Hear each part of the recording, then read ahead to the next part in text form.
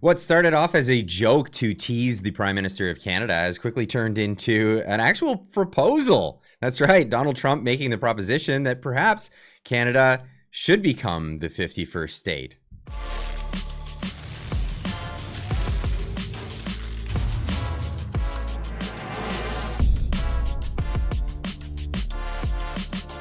Ladies and gents, welcome back. We are in an interesting time here in Canadian history where we haven't seen a time where the voting populace has been so eager for an election to get the one guy out that's in power, but be held up by, well, essentially one man waiting for his government handout, for his pension. That's right. It's really interesting. Yeah. One guy waiting for a handout, and all the most productive people have to just sit and wait for that to happen. Now, Donald Trump has turned that joke that he made, he actually in private, that turned very public as it went out to the news and made made headlines everywhere. Now he's talking about making that happen. Actually, here it is. This was from Mark Nixon, who reposted the Truth Social post over on X, saying, breaking, Donald Trump is serious about Canada becoming the 51st state. We get lower taxes and military protection. He thinks it's a great idea. Donald Trump obviously posting here, no one can answer why we subsidize Canada to the tune of $100 million a year. Is that $1 million?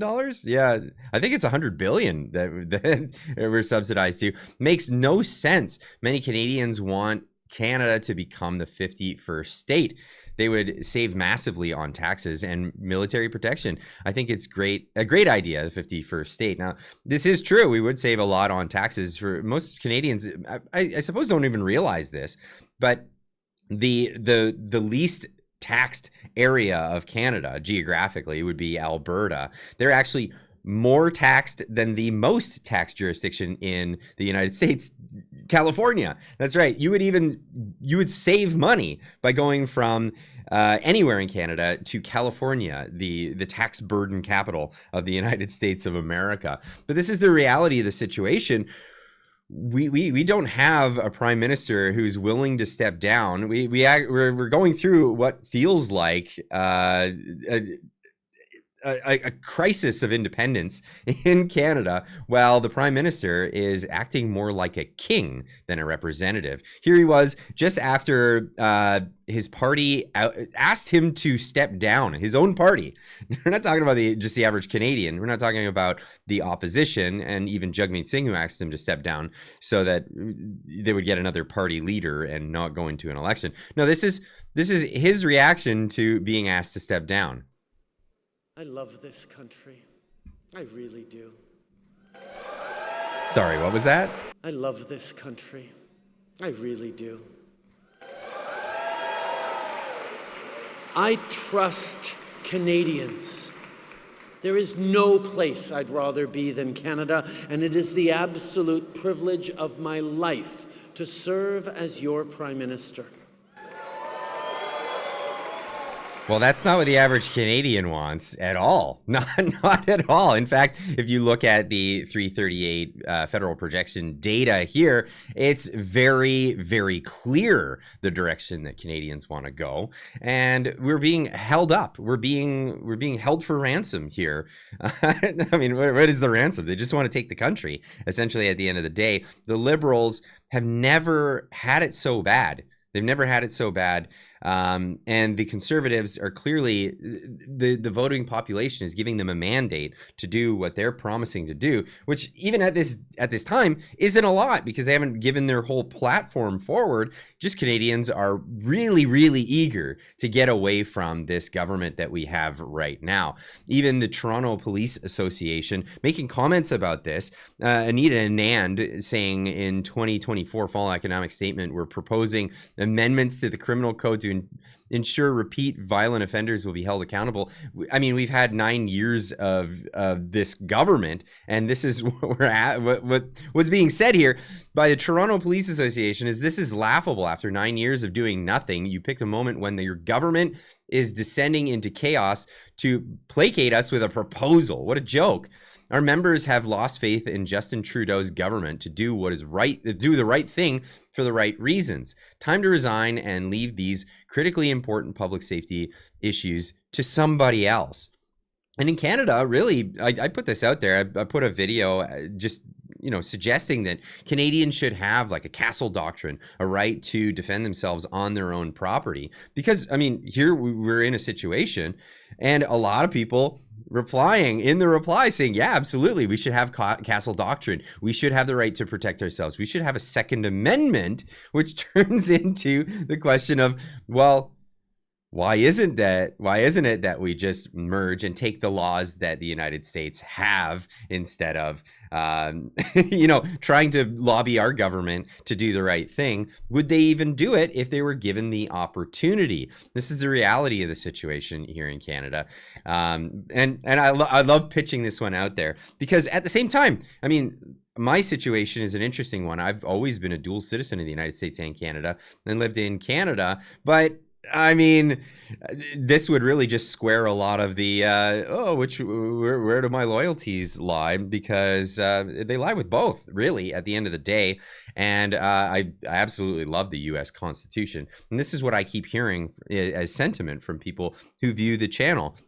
Yeah, it would be great to have the protections that the U.S. Constitution guarantee to the citizens of the United States, which we don't seem to have here in Canada by any stretch of the imagination. But getting back to Trudeau and the ridiculous situation that's happening there, this is even on the mainstream media news. We have NDP MP Charlie Angus actually dropping an F-bomb live on CBC. What the how does the Prime Minister, on the eve of a statement that we've been waiting for months, deep six his finance minister and think that things are going to be normal? What concerns me is that we are in this serious crisis. We're facing a Trump administration coming in. We've got a Prime Minister who's missing in action, and now his Deputy Prime Minister, his Finance Minister, has jumped ship. The Prime Minister needs to show up and explain how this gong show was allowed to happen. Well, of course, he didn't show up to do that. He just showed up to explain how he's sticking around. He's staying in power because you can't do anything about it. Literally, that's what it comes down to. You can't do anything about it. I'm sticking around. That's the end of the day. Now, people are taking to the streets even to confront Justin Trudeau because they've had enough. King Trudeau, what gives you the right to continue? What gives you the right to stay in office? You failed Canada. You've ruined our country. You're done. Walk away. You don't have an ounce of your father's integrity. At least he walked in the snow. At least he walked in the snow. That's in reference to the fact that the former Prime Minister, Pierre Elliott Trudeau, famously took a long walk in the snow and came back and realized it would be best if he would just step down, and which he did. He resigned and he handed over his prime ministerialship to another member of his own party, and that's what would happen if Justin Trudeau were to step down. But we're in a situation where we have the worst economy, and if you look at this graph that's put out by Pierre Poilievre, obviously to point this out of Justin Trudeau, but if you look at it, what Trudeau has done is actually it dwarfs the 2008 financial crisis that affected the entire world. In fact, you look at that little blip afterwards where COVID came. Yes, everybody was affected by it, but look how the US has been recovering, and Canada is way worse off than we were when Trudeau came to power, and that's the exact thing. Now, the Liberals, they are scrambling to meet with what the demands of Donald Trump have actually been, while Trudeau's out there talking tough and saying that he's going to put retaliatory tariffs.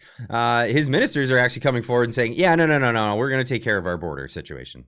Our new border plan, backed by an investment of $1.3 billion, will secure our border against the flow of illegal drugs and irregular migration, while ensuring the free flow of people and goods that are at the core of North America's prosperity. Was it that hard? Really? Was it that hard? This is what the Canadian populace is asking for. This is what the United States is asking for.